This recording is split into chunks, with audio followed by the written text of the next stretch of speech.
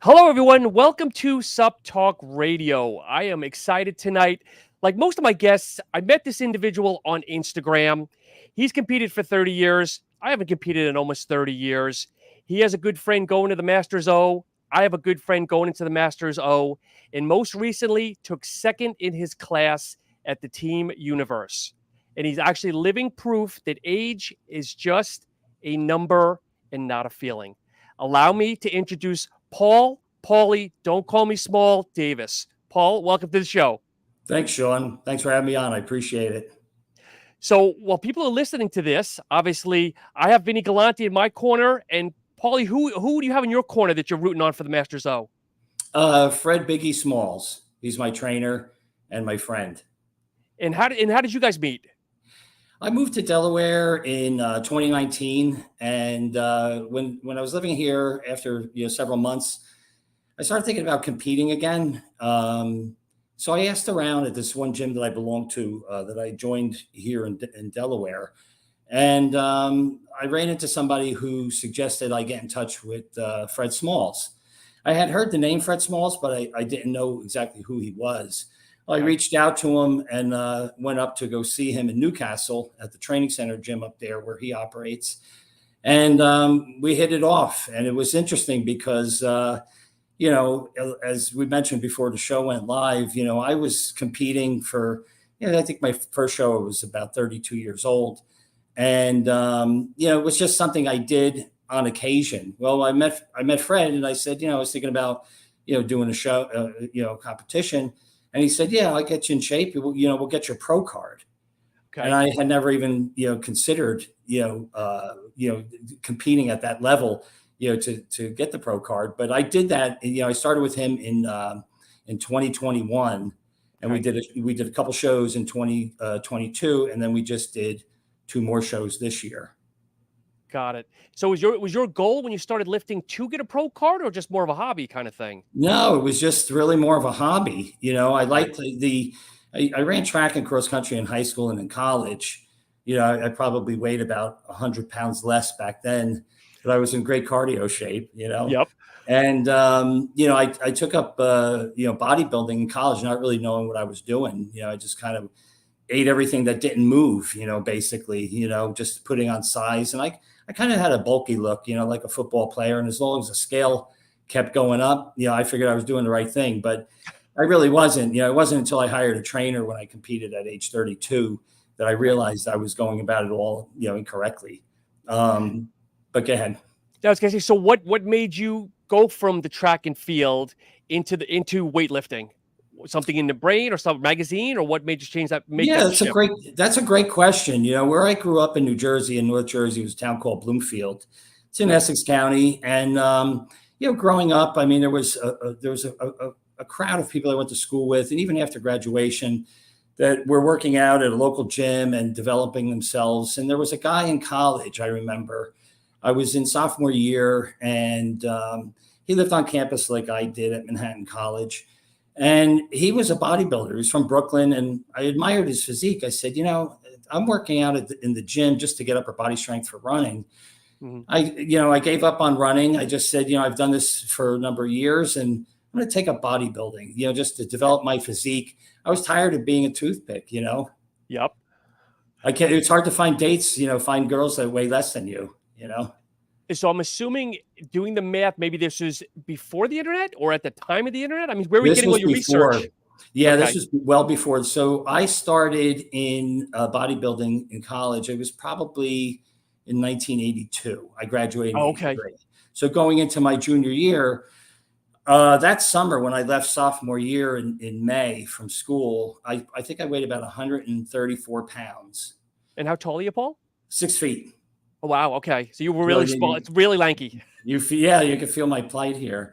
So, I took up bodybuilding. I joined a local gym that I knew, guys from the neighborhood were, training at.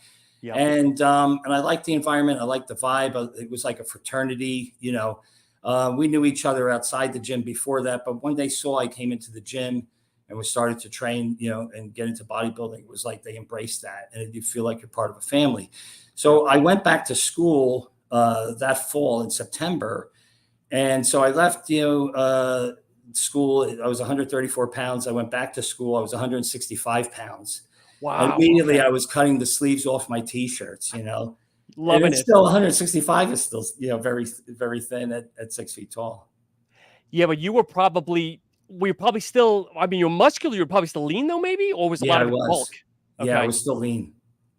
So were these people helping you with any kind of nutrition, or were you like maybe you set off air where you're just kind of eating anything you thought was right? Yeah, they just said, you know, just eat as much as you can and put on size. And, you know, I was training probably back then like 6 days a week, you Okay. know, again, you know, doing things incorrectly, but you know, it's and that's why I'll always say get a trainer if you're serious about, you know, bodybuilding so that you don't waste your time or spin your wheels. I Yeah. could have saved a lot of time, you know, because you're looking at other people training in the gym. And if they're doing the exercise incorrectly, now you are as well. So Yes. And I think when anybody starts working out, agree to disagree, you're going to put on 10, 15 pounds regardless just for shocking the system. absolutely. And that's basically what happened. You know, I went back in the fall in college and, you know, people were shocked to see, you know, the transformation. And that just becomes contagious. Then you just want more.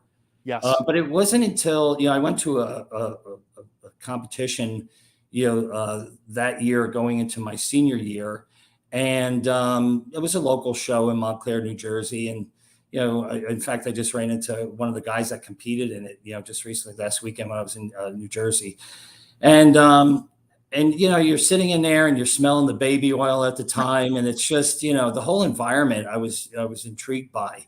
And so I kind of just gravitated to that. And then, you know, just kept pushing it and pushing it further and further. So So you put the weight on, you go back to school. Did you continue track and field, or was it that now in your past? that was done. You know, I Okay. told the coach, you know, I was not going to run on the team anymore. But, you know, I had accomplished the things I wanted to accomplish, you know, in track and field. And, you know, at this point, I was pursuing, you know, my sport was going to be bodybuilding. Okay. Go to college? Yeah. What college did you go to? Manhattan College in New York. And degree? Yeah, Bachelor of Arts. I majored in political science, got a business minor. I was going to go Okay. to law school, Okay. and my law boards weren't too great, so I had to shift gears and pursue other interests. Okay. So when do you finally decide, or who goad you to do your first show? So what happened was it was after I got married very young at 23. I had a child Okay. at, you know, my older son, who's 32 now. I had him when, you know, I was 27. And when I was about 30, you know, I was working out at which was a Gold's Gym back then in Belleville, New Jersey. It's now called Signature Fitness. Love it. And I started, you know, talking to people that were in the gym. It was, you know, a lot of competitive bodybuilders I became friends with. And I connected with a friend of mine, Elliot Negron, who was successful in his own right in competing. And I asked him if he would train me for a show. So I told him, I'll never forget, you know, sitting with him the first, you know, time I met with him. He said, "You have questions for me?" I said, "Yeah, Al." I said, "You know, I don't understand what's going on. I'm training 6 days a week. I'm not growing." He goes, "Well, that's your problem." I said, Yep. "What?" He's like, "You're overtraining." He said, "Train 4 days a week." And it was just like you're breaking all those, you know, you know, those myths and stereotypes that you had in your head, you know, that this is how you get bigger. I said, "Well, I thought working out makes you bigger." He said, "Rest makes you bigger. Working out breaks down the muscle." So just totally rewrote my script. He said, "What are you eating?" I gave him what I was eating at the time. I was eating like a dozen eggs a day. I was eating, I don't know, like 6 bananas a day. I was consuming a massive amount of food. Okay. So he looked at the paper. He just drew lines through. He said, "All right." He said, "I'm handing this back to you. Eat everything that's not crossed out. Call me Monday." That was like a Friday. I called him Monday when I got to the gym after work, and I said, "Dude, I'm shrinking." And he just let out this big guffaw on the phone. You know, he's like, "You're not shrinking. I just pulled out all that sodium and carbs." And again, just totally re-educating me as far as, you know, what the correct path is to follow, you know, when it comes to, you know, achieving your goal and developing your physique. So when you gave him the food list, how much was wiped off? 50%, more, Yeah, at less? least 50%. I Okay. was eating like, I don't know, like maybe I was eating like 2 pounds of chicken a day. I was eating, a dozen eggs. I was eating the bananas, bread. I Yep. was eating probably about 10 slices of bread a day. I don't know where I got this diet from, but it made you feel big because you were bloated all the time. Basically that's what it was. But you're probably thinking like most people, okay, chicken's healthy. Rocky, everybody else did eggs. Bananas are healthy. They're very nutritional dense. Bread, we still don't know as much bread, but it sounds like you like I did when I first started lifting. It's like I'm eating all the healthy foods, just maybe not the healthiest. Right, right. And there was really no, you weren't paying attention to the macros, and just, I wasn't weighing my food by any Yep. means until I hired my friend Elliot to train me. Then I got a food scale, and then everything really started to make sense. We could tweak it a few grams, and Sean, you do that, and over the Yep. course of a week or 2 weeks, you can make a big difference in your body. That's it. That's it. So again, did you raise your hand and say, hey, look, I want to try the show thing? Or did someone tap you and say, Paul, you got a great physique. Maybe you should step on No, stage? I said to Elliot, I said, train me for a competition. I said, basically, I want to look like the people in the magazines, Okay. muscle and fitness, muscular development.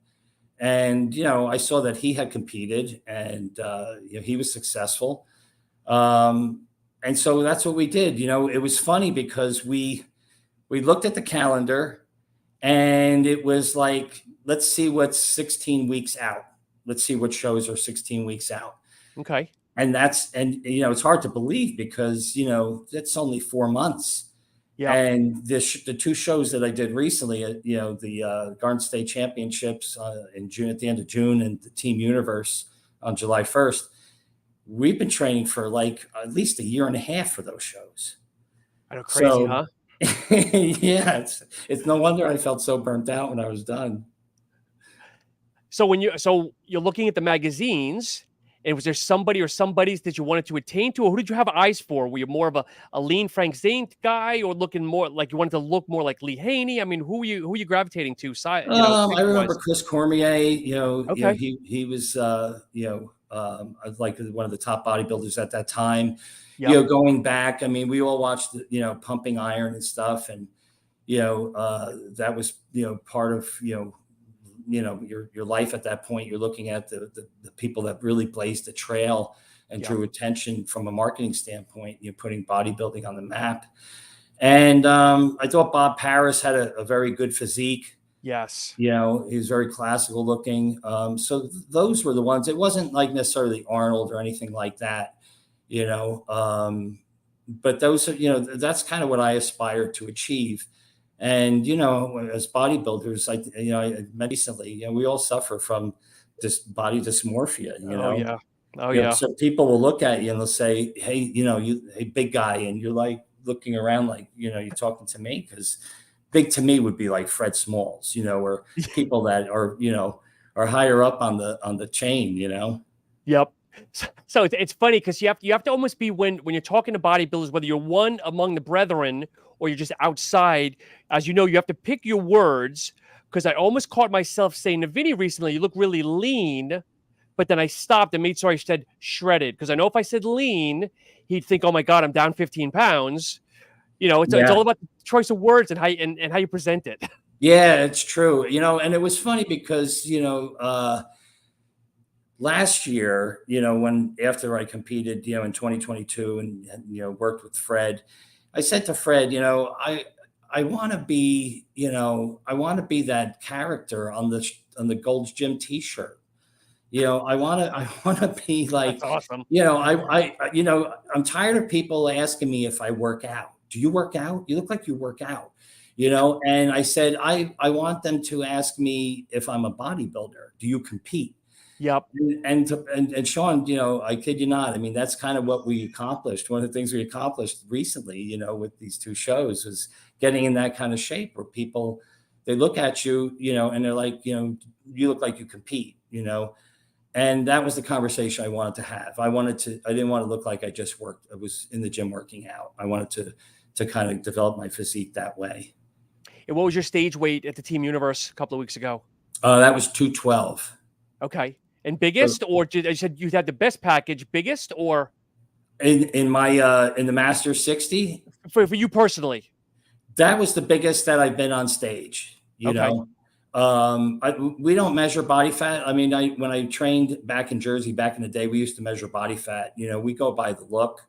Yep. You know, it does, because the body fat, really is irrelevant. You know, that's kind of just to satisfy your ego.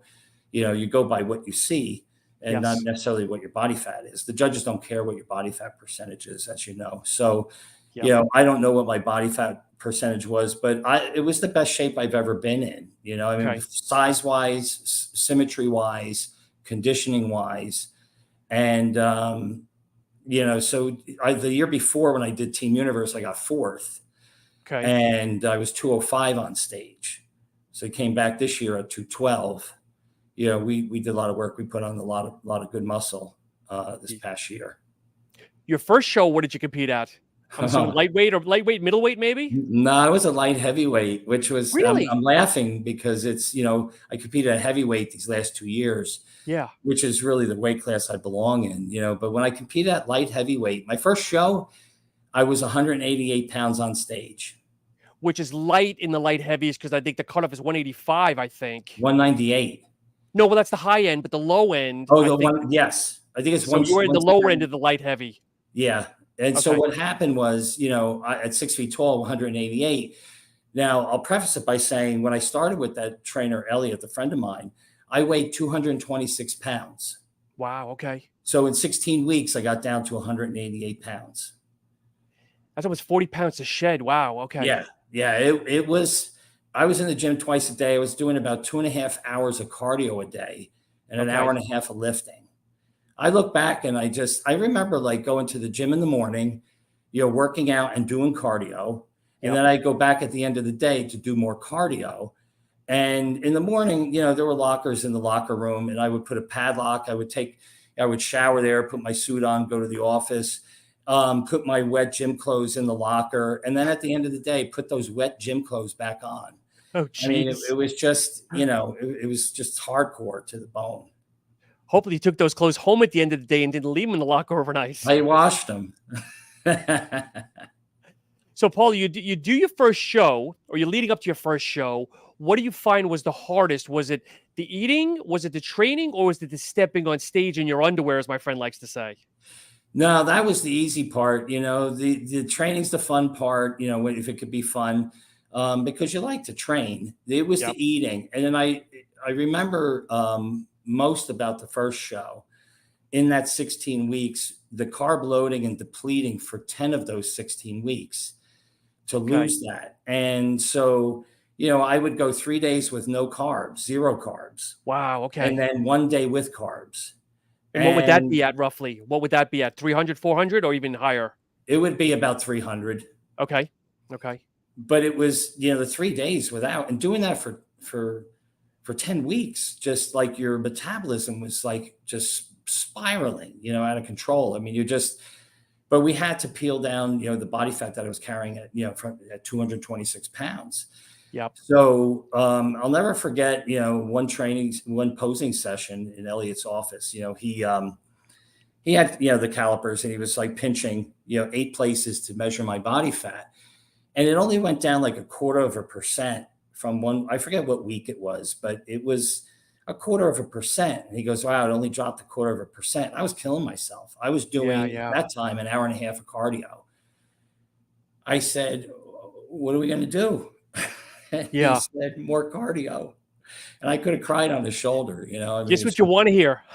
It was just like, oh man, I just, you know, I really took it down. I mean, I was shredded, but I was thin and I was going up against guys that were like 195 pounds and 5'7". So, but I did well. I took second in my first show. Excellent. And then 2 weeks later, I did another show and I won the novice and took second in the open. Okay. And then I didn't compete after that until that was in 93, I think it was. And then in 96, I competed again. And, and then that show, I think I was about 193 pounds, still light. Yep. When I competed at age 50 in 2012 at the Garden State Championship, I was 198 pounds, still a light heavyweight. Yep. You know, and took second in the Masters 50 and 5th in the men's Okay. open. So, this year I wanted redemption.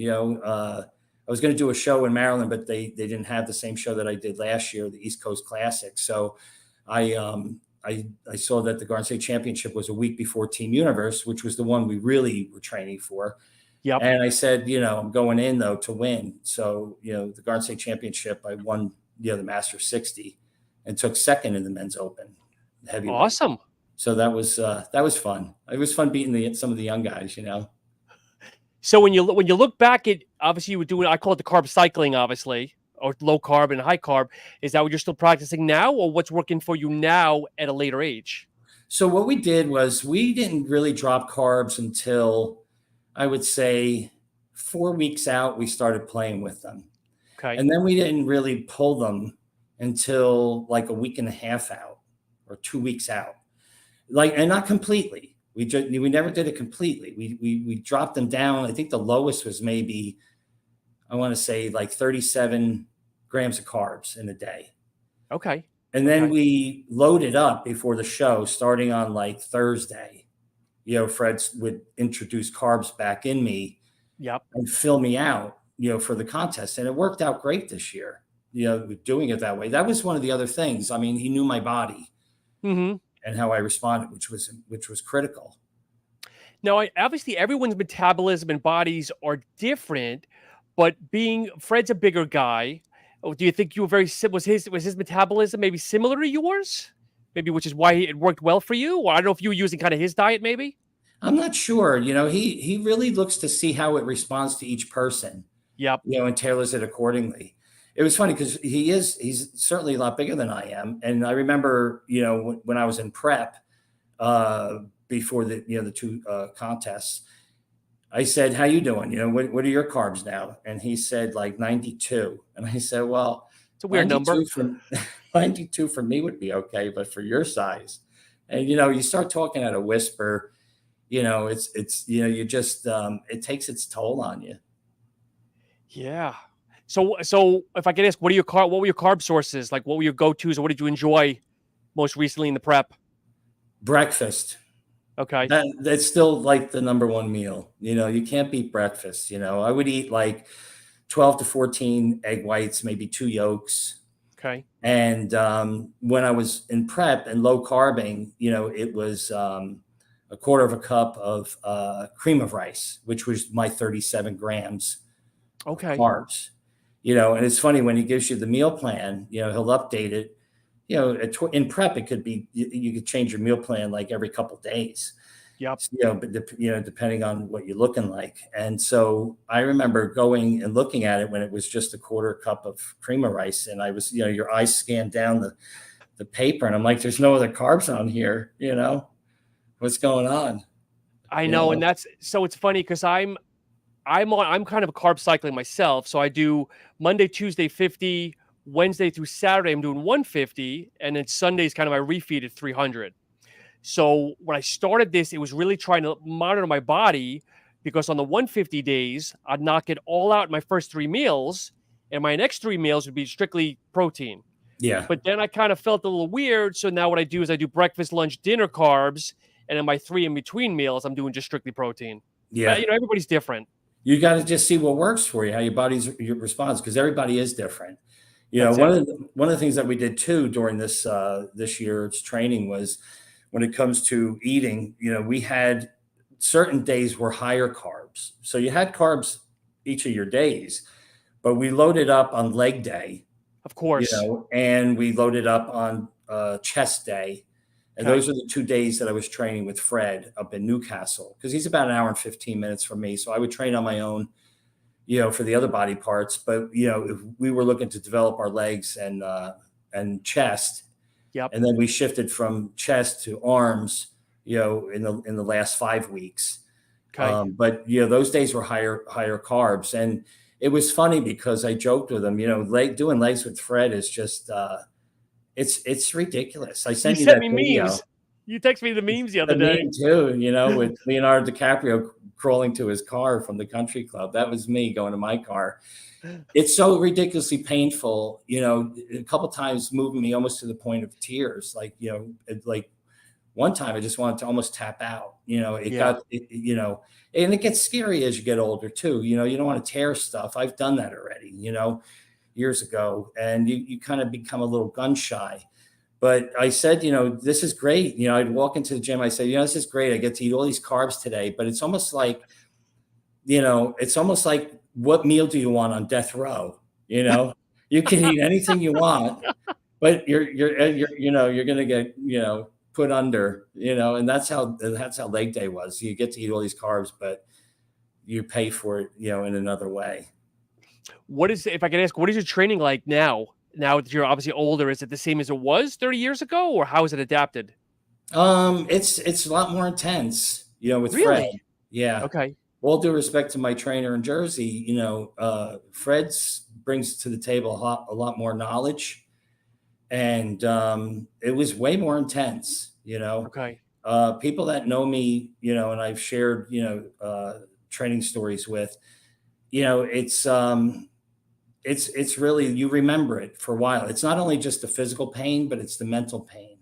That Yes. you're pushing yourself to that limit, and you feel good when you're done. Like, not immediately, but like the next day that you accomplished that.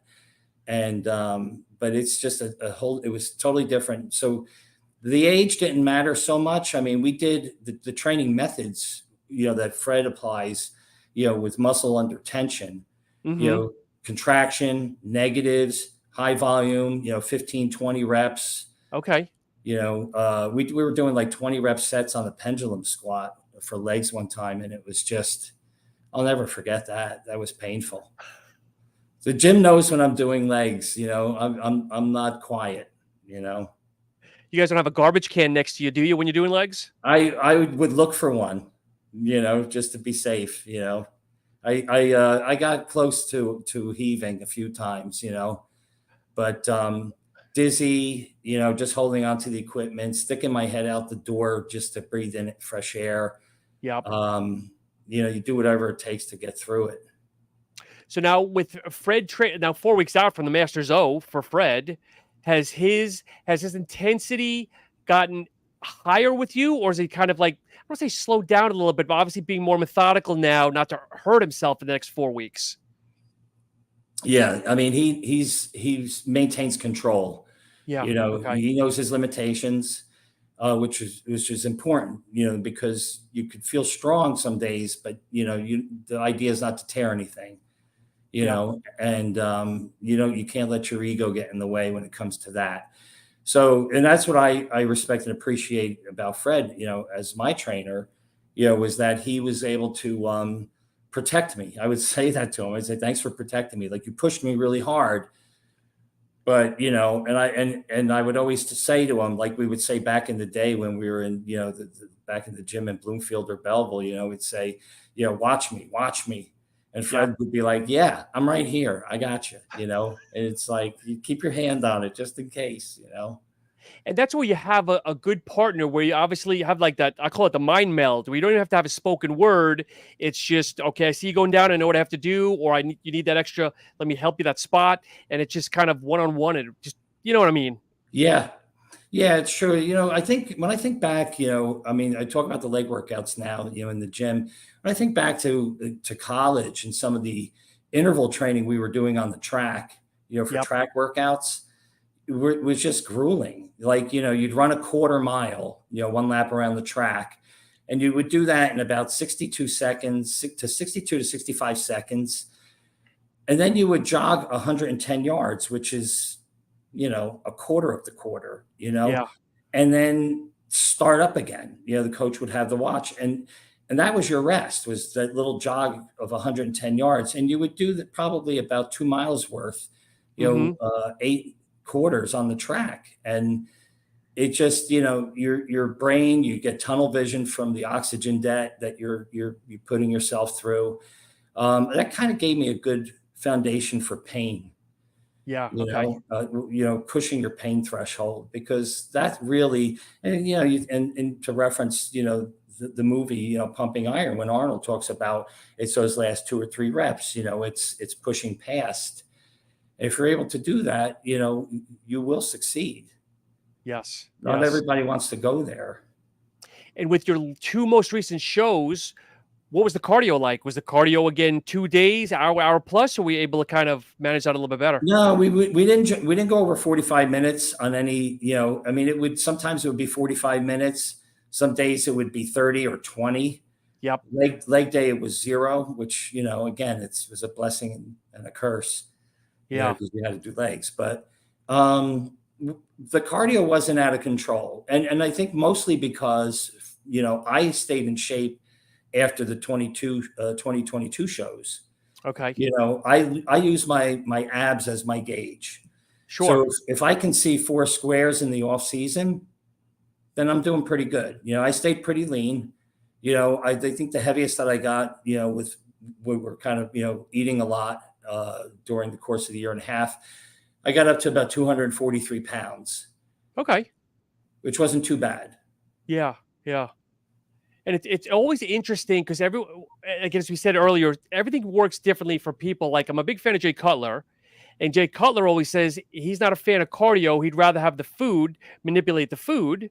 Yeah. Okay. I'm like to that. try to lose the weight. And then other people, they say, my food is still going to stay at X amount of calories, X amount of macros. I'm just going to add 10 minutes, 15 minutes, 20 minutes on the cardio. So it's like, what's right, what's wrong, but only you, the individual, knows what's best.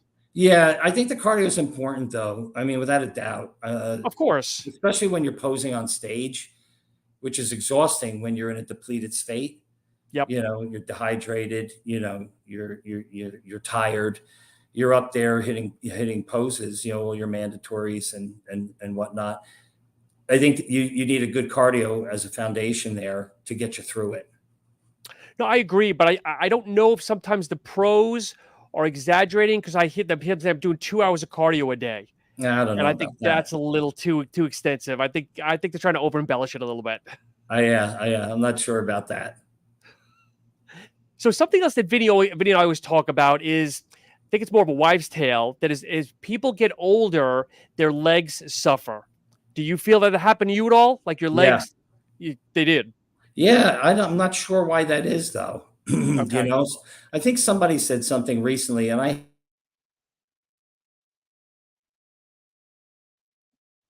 Paulie? The nerves that go into your legs, they said something like, as you get older, there's not as many nerves that go into your legs. So your muscles, and as you know, I mean, as you get older, your leg muscles will, I think, atrophy more than your upper body. Yep. So, Yeah. I mean, and that's true even with the pros. Yeah, because it's funny, because Vinny's perspective is that many times that a lot of people don't change. They do the same training they did 30 years ago or 20 years ago, that they're not acclimating with the times.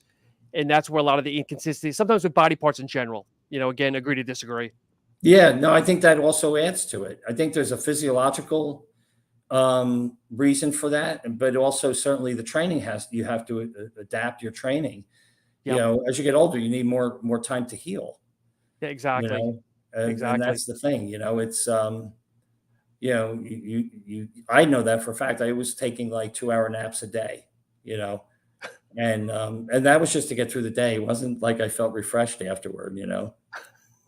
It's funny because, like, people see and they're like, oh, you look great, and wow, I can't believe you're 61, and they'll thank you. I'm blessed and whatnot. But behind my door in my house, I feel 100. Do you really? Okay. After when you're training for a show. Oh yeah, of course. Not now. No, now I'm well stocked on Chinese food and junk food and stuff. I feel great. I always like to ask. So you come in second place at the Team Universe. That's the last show of the year, right? The Garden State was the first one. What was the first meal you went out and had? What did you kind of gorge yourself on? We went to Cheesecake Factory. Okay. In Hackensack, New Jersey. We went there.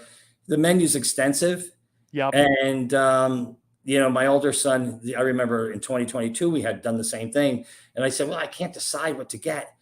He's like, well, just get whatever you want and take it home. I was like, oh, what a great idea. So we just picked on like a bunch. We ordered like several entrees, several appetizers, but I didn't crave any particular one food.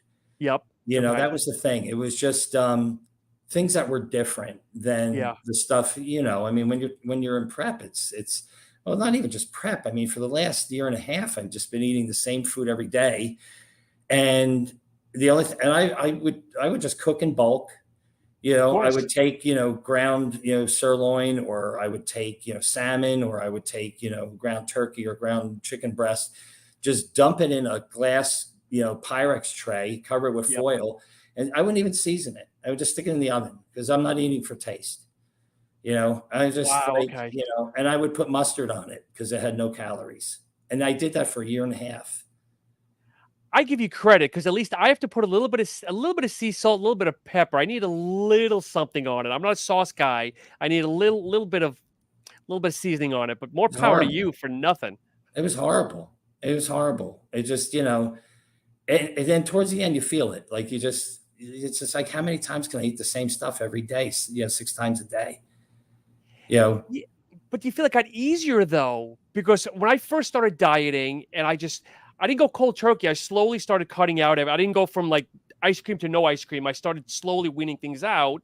So for me, I felt it just got easier and easier versus, oh, when can I finally have that candy bar, that ice cream? I felt it was easier. I still don't miss any of this stuff anymore.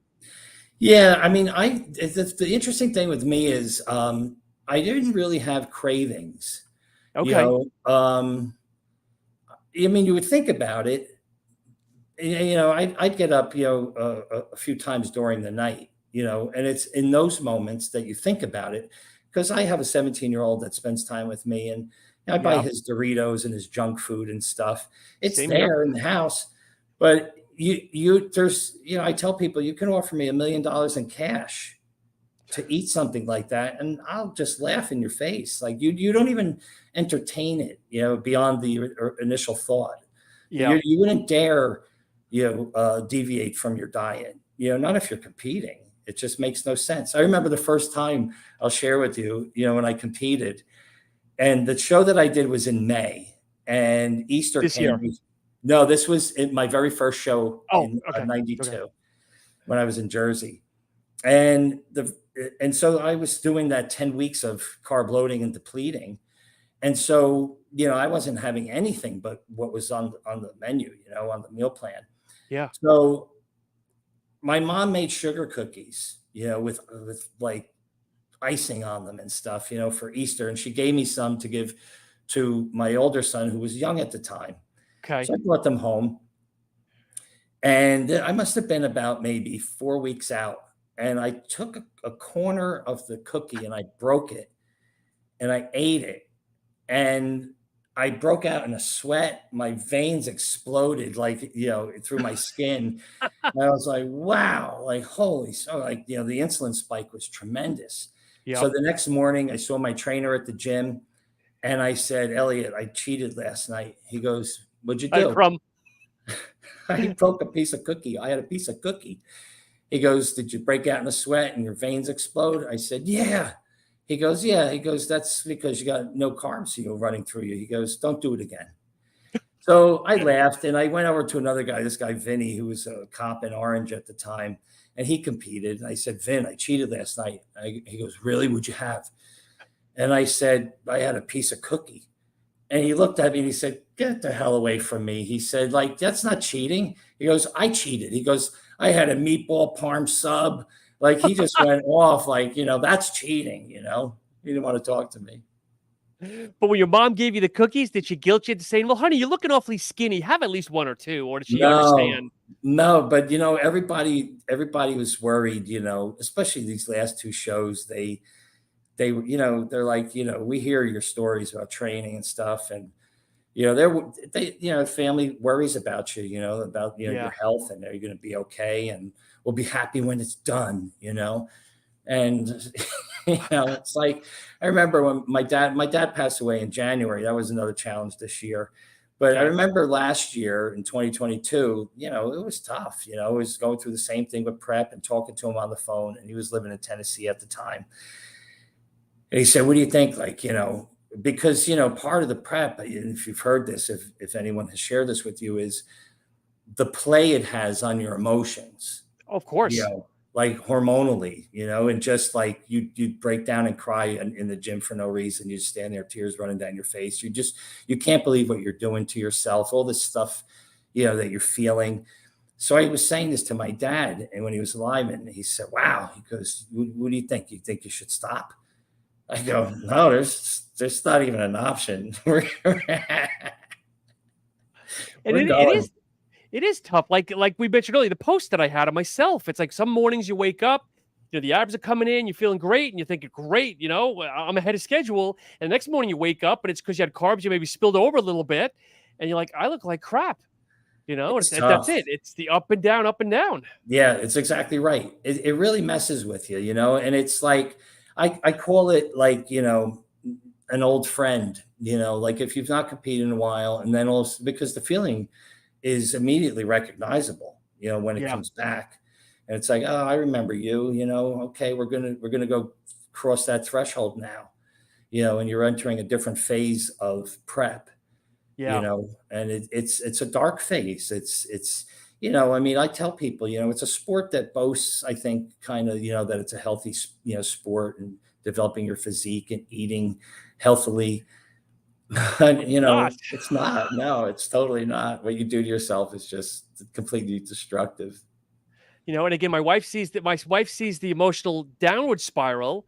And of course, she's trying to be supportive. And I love my wife to death. She's like, you got to look at where you were and where you're going, and trying to be so supportive. But then my friends, I'm like, look, just tell me straight out. Don't sugarcoat it. I'm a New Yorker. I'm like, don't sugarcoat it. Tell me I look like crap. Don't tell me, oh, you look great, this and that, and this and that. Be honest with me. And that's what I want to hear. I take the Yeah. negativity and fuel that for the fire. Yeah. Yeah. People in the gym are going to be honest with you, Yes. that especially those that have competed, you know, um, of course, people that are close to you see you differently than you see yourself. We see ourselves every day in the mirror, Yes. you know, and there's a gal that I spend time with, in North Jersey, and she's never, been with anyone who was a competitive bodybuilder, and she admires my physique and all. But, it was like there were moments, we'd talk on the phone or text or something. She's like, "Are you okay? Like you're scaring me," and it's like I just need a hug. I just like I hurt so bad, if in my brain, my body, and it's hard for people to really understand. And then when they see you, um, they see the change more than we do, Yes. especially in your face. It's like you're further along in prep when you start biting the inside of your cheeks when you chew your food, because your face Yes. gets sucked in, And I think that's the most validating when you see, yes, people you haven't seen in a while, or like I did a post a while ago, October to now, and for me it was like night and day. I look at baby Huey last year compared to now. I'm not Dexter Jackson death face yet, but progress. It's coming. Yeah. You got what, October, you said, right? Yeah, 13 weeks as of Saturday. Yeah. You still got some time. But I would say like the last 3 weeks before, I competed, going up to Fred's gym, I train in a hoodie, Yeah. and I'll wear like a tank top under it, usually. And, Is in that the so? If I can last, ask you, is that for sweat, or is that because you're kind of hiding the goods, or what's your mindset? I like feeling warm, and I like keeping the muscle warm. Okay. And I like the way it feels. I wear, it's like a compression hoodie almost. Yep. It's like a spandex type of hoodie, and so I like the resistance that it offers against Okay. my muscles. But I want to see what's going on with the pump, Yeah. especially when I'm that far along. So I would peel it off, and then look at myself in the mirror, and it's like, wow, like at the last 3 weeks you could really see the changes, the vascularity, the separation in the muscle. Yeah.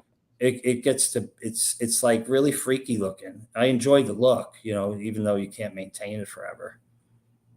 Now, here's a question for you, if I can be so blunt. Obviously, you didn't get yourself too far out of shape, but did you have any excess skin in the stomach area, and was there anything you did to overcome that, or have you always been kind of solid in the stomach area? No, I was solid. The Okay. one thing I found though that was been a challenge as I got older was, keeping it sucked in, having the Sure. abdominal control. Yep. I mean, I had less control in 2022, which is when I first noticed it.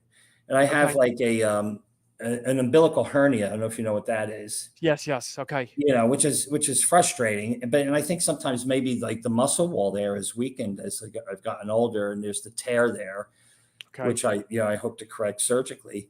But I decided, well, I'm not going to let it stop me for this Sure. year's shows. So I'm going to practice my vacuums every day, several times a day. And then Fred was like, saying to me, practice them for 5 or 10 minutes before you go to bed Mm-hmm. on a full stomach, a day's worth of food in you, because Okay. it's going to be even harder to pull that in. And that's going to make you stronger. So I did all these things, and he had me wearing a waist trainer for a year and a half. Oh wow. Okay. You know what that's like? Yeah, I don't wear them daily, but yeah, I have like certain the specialized creams too, and I put that on to get that Oh extra my sweat going God. on. Yeah.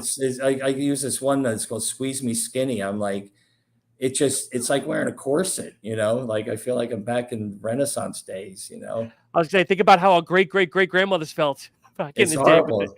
It's horrible. You can't breathe. And I would not put it on, a very tight setting when I wore it to do legs with Fred, because I needed all the oxygen I could get. Here's a question that surprised me with teaming up with. I keep bringing up Vinny here.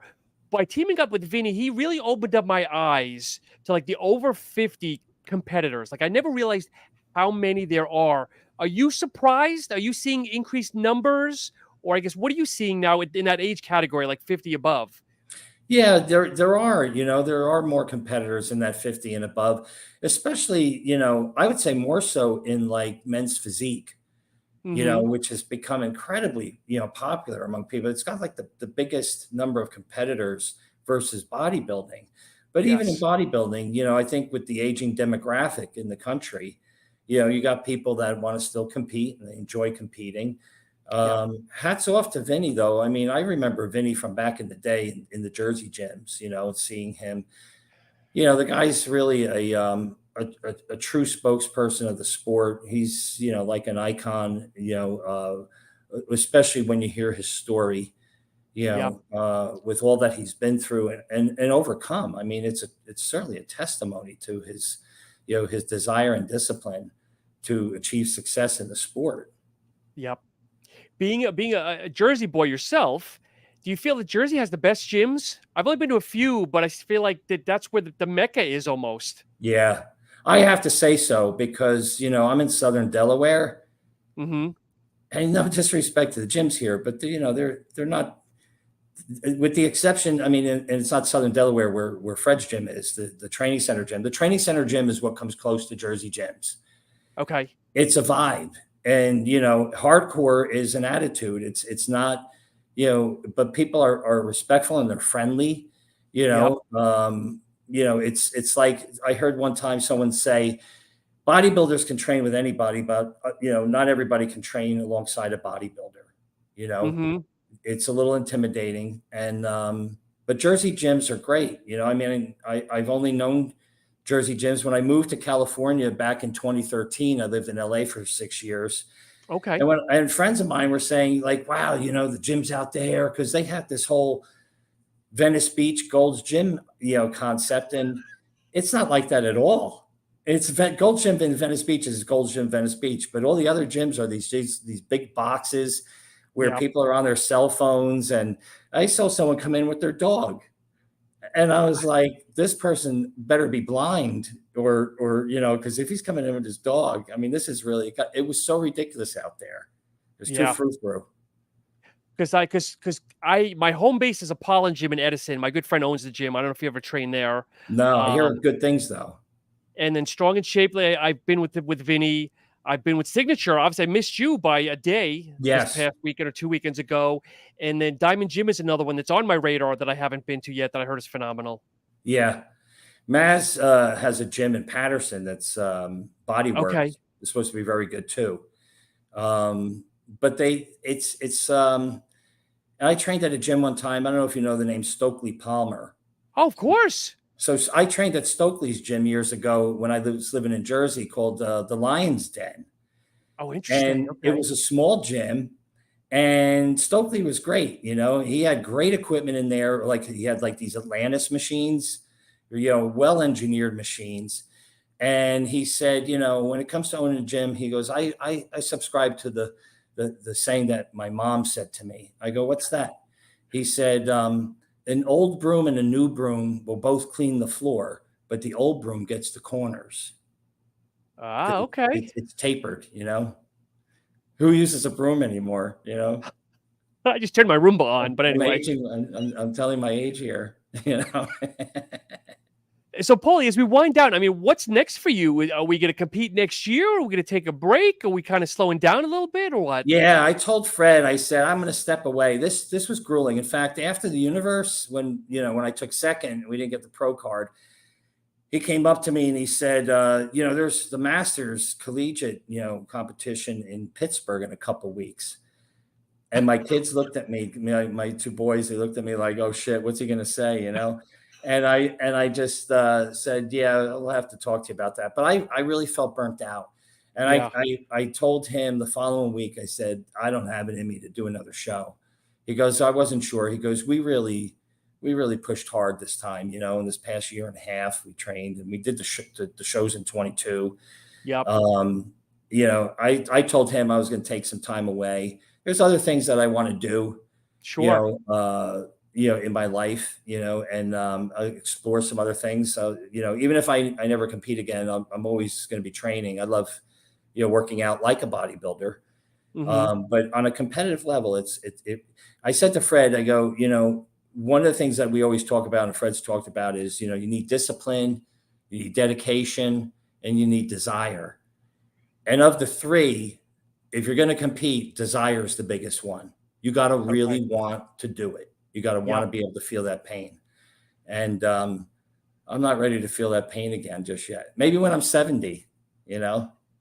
So, aside from the pro card, are you happy with the way your career is? I'm not going to say ended because that's the wrong word. We're not closing the chapter yet. The way it's progressed or the way it is currently. Absolutely. Yeah, I have no regrets at all. You know, I thank God that I've been blessed to be able to train free of injury, that I had Okay. a great friend and trainer in Fred Smalls, that I had support from, you know, my gal in Jersey and my boys and my mom and stuff, you know.